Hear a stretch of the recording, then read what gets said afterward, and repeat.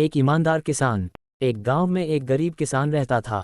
वह बहुत ही ईमानदार और मेहनती आदमी था। वह अपने छोटे से खेत में काम करता और बहुत ही खुश रहता था। पूरे गांव में किसान की ईमानदारी के बहुत ही चर्चा थे।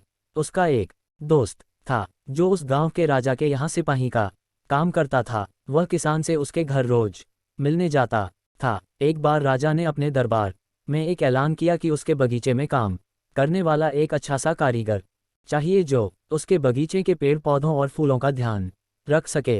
राजा का यह ऐलान सुनकर किसान के दोस्त सिपाही ने सोचा कि यही मौका है कि किसान से मित्रता निभाने की मैं उसे यहाँ बगीचे में काम पर लगवा दूंगा। उसका व मेरा साथ भी रहेगा एवं किसान का भला भी हो जाएगा। यह सोचकर उसने राजा से कहा कि महाराज, मैं आपके लिए एक ऐसे आदमी को लेकर आऊंगा जो ये काम अच्छे से कर लेगा। सभी राजा ने उस सिपाही को आदेश दिया कि जाओ कल से ही बगीचे में काम करने के लिए कह दो। उसी वक्त वह सिपाही अपने दोस्त किसान के पास पहुंच गया और उसने किसान को बगीचे के काम की सारी बात बता दी और किसान ने भी काम करने के लिए खुशी खुशी हाँ कर दिया।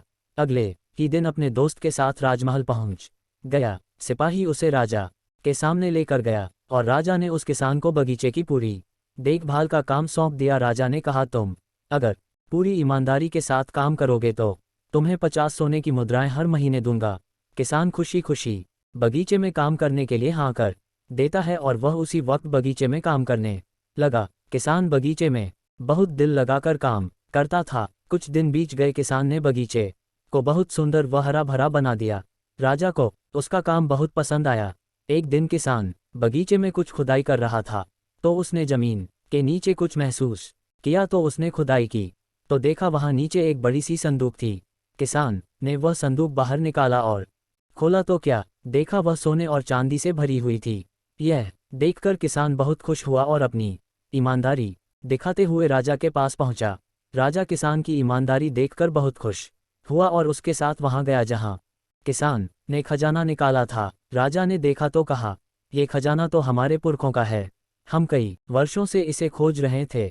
खजाना देख राजा बहुत ही खुश हो जाता है।